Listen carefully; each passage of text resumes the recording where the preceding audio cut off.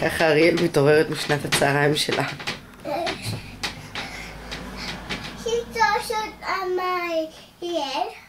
מה זה? כן, אני מצלמת.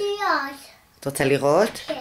אני תכף קודם תראי לי איך את מתעוררת מהשינה, ואחר כך אני אתן לך לראות.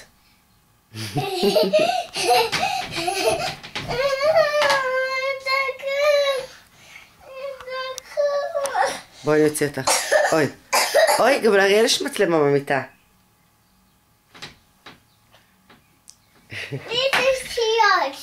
בסדר.